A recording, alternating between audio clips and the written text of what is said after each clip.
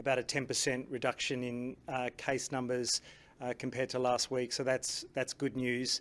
And as we would expect, the hospitalisation numbers also appear to be plateauing now, if not past the peak or just past the peak. So we are seeing high 700s in hospital at the moment. That's down just a little bit on the last few days. So another good sign for our health system that hospitalisations are really following those case numbers down. We still do have a significant number of deaths. That average has gone up in recent weeks. And a lot of the explanation for why the mortality is so challenging at the moment is we've seen a higher proportion of the very elderly as part of this wave. They are overrepresented in our hospital numbers compared to previous peaks, and about half of our hospitalised cases are over 75 years of age. So those individuals in particular need to consider all of the things that they can do to protect themselves, and we as a community need to think about all of the things we can do to protect them. So mask wearing is one of those really important interventions, wearing a mask in indoor areas whenever possible, and indeed when meeting with those most at risk. Those third and fourth doses are really important. Again, for the very elderly, reduces your risk of hospitalisation or dying by 3/4, so a fourfold reduction in your risk of dying or being hospitalised. Of course, we never think about it until it affects us, so have that conversation with your GP, with your immunisation provider, and if it relates to your family member, especially in aged care, but those who might have care at home, Meals on Wheels or home help, that is really an indication of part of their frailty or vulnerability. If they haven't had a fourth dose, they really should be getting a fourth dose to reduce their risk of really severe outcomes. The other things that we are encouraging are really those up-to-date vaccinations for everyone, not just for the elderly, because it does produce a bit of downward pressure on transmission as well. That applies especially to children. For many of us though, despite 2, 3, 4 doses of the vaccine, it's not so good at preventing infection in the first place. So we are getting infected. That's why we've had tens of thousands of cases in this wave. So it's really critically important to get tested if you're symptomatic, to get a PCR test if you're in a really high-risk age group, but to RAT test if you've got availability at home. And there are many RAT tests that have been made available by the state government. So really no excuse not to use a RAT test if you've got symptoms, because getting tested and turning up positive can get you on a care pathway. And if you're on a care pathway, you can be assessed for your risk and you can have recommendations around the oral therapies that might be available for you. They also make a significant difference, especially for those most at risk. If you are in a vulnerable or frail age group or with pre-existing illness, taking those oral therapies can make a big difference to keeping you out of hospital. Happy to take questions. Just on those oral therapies, how many people should be getting them that aren't getting them because they're not notifying the department? Yeah, look, it's a good question. We don't know what we don't know. If people haven't notified with a positive RAT to the department, we don't know that they are COVID cases.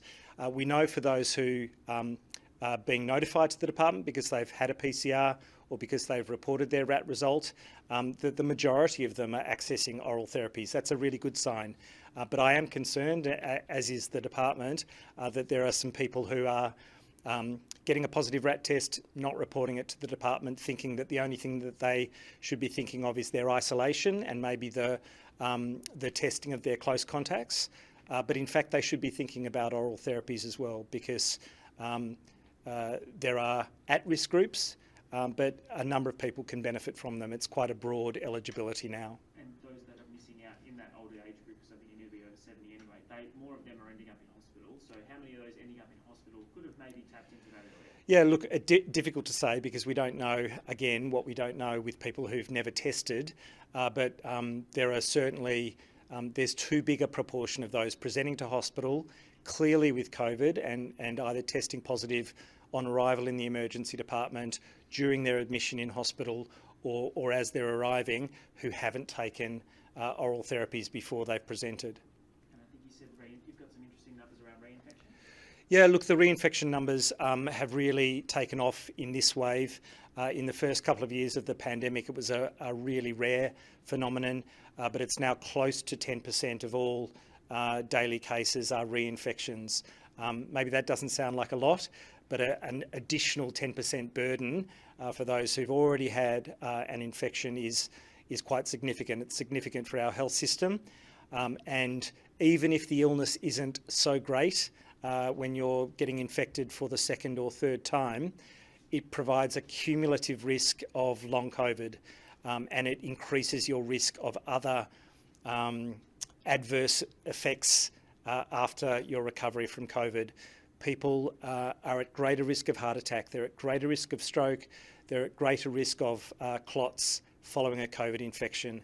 And so even if we can't avoid it, for the rest of our lives, deferring the period of time when we're getting a COVID infection, reducing the frequency and the number of times that we might get COVID in a 12-month, 2-year period remains a critically important thing. You mentioned that latest cases, latest deaths have been increased due to proportion of elderly people involved.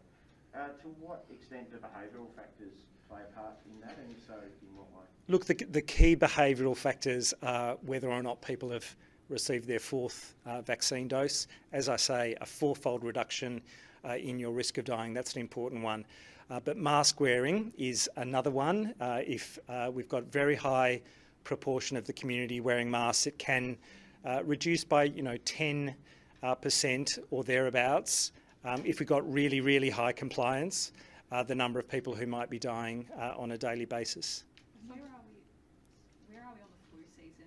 How is that travelling at the moment? It certainly looks like the flu season is largely done and dusted. We're still seeing cases, but it's very close to baseline. We had a very high spike through the June-July period, earlier than we would normally see a flu season, but it also means that it's probably swept through and we're almost back to a kind of baseline with flu. We had record numbers of people getting the flu vaccine, which has made a difference in that regard and reduced the pressures again on hospital admissions with influenza. But there are other respiratory viruses around. People will know, people who are symptomatic and who've tested negative on a COVID PCR or on a rat test will understand what I say, that there are still plenty of winter viruses out there.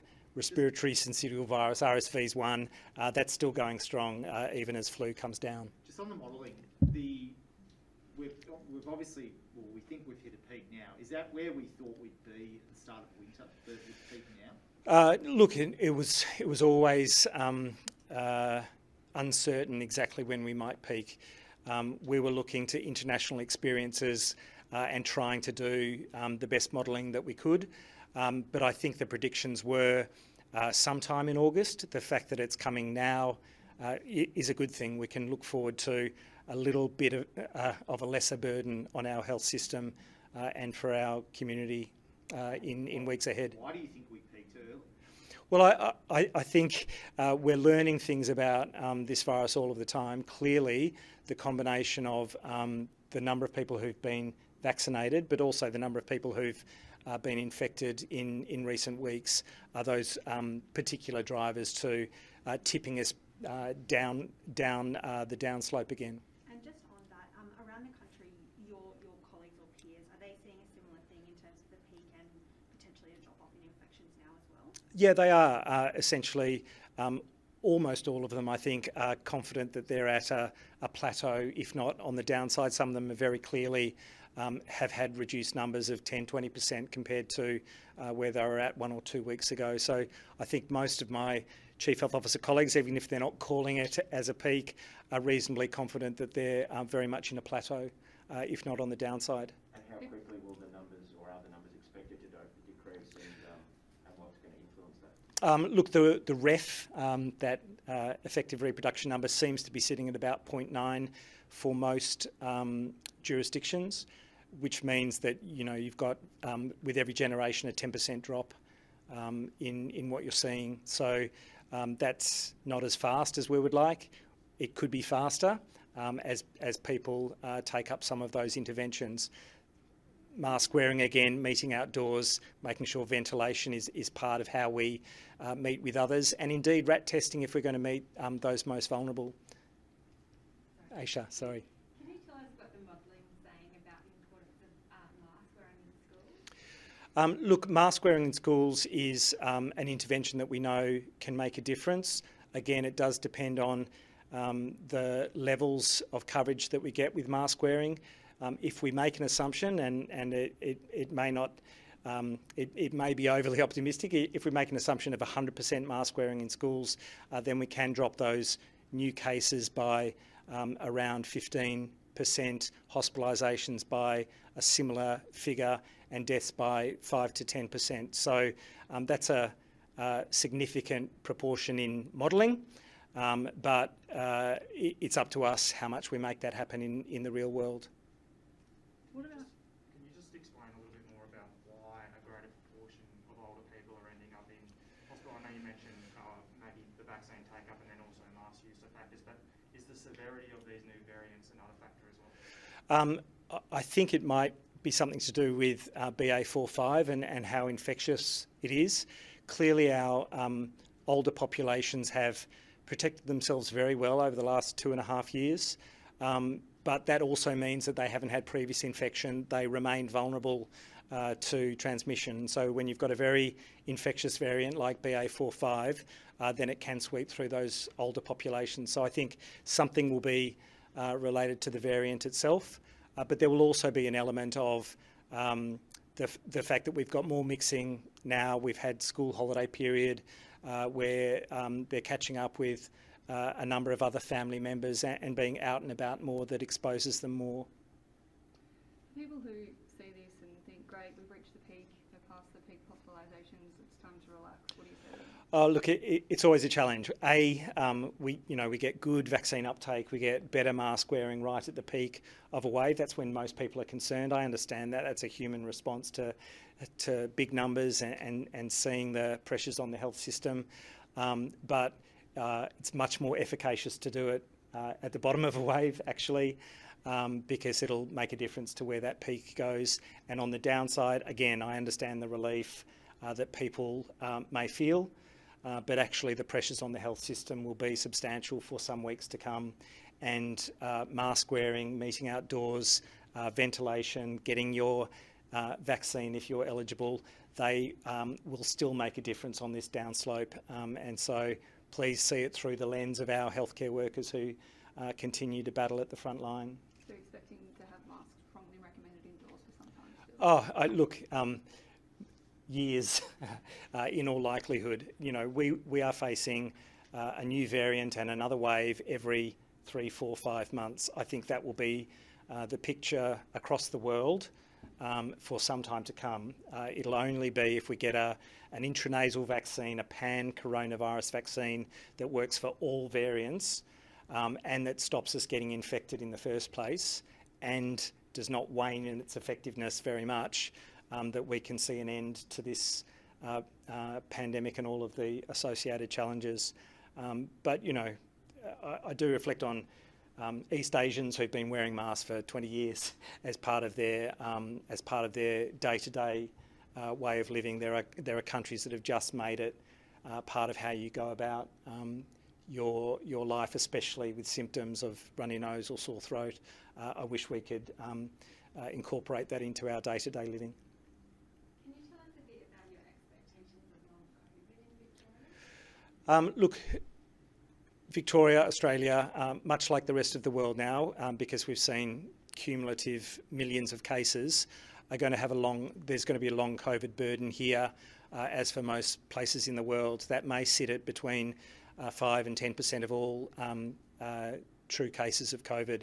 That's significant. Not everyone will need a primary care intervention or be significantly debilitated by it, but there are a proportion of people who are significantly held back from being able to work, from being able to get out and about, and who experience really significant symptoms: shortness of breath, fatigue, headache, amongst many others.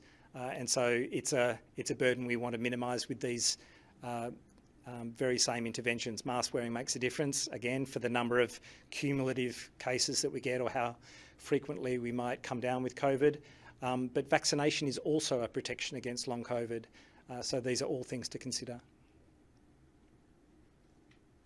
Thank you. Thank you.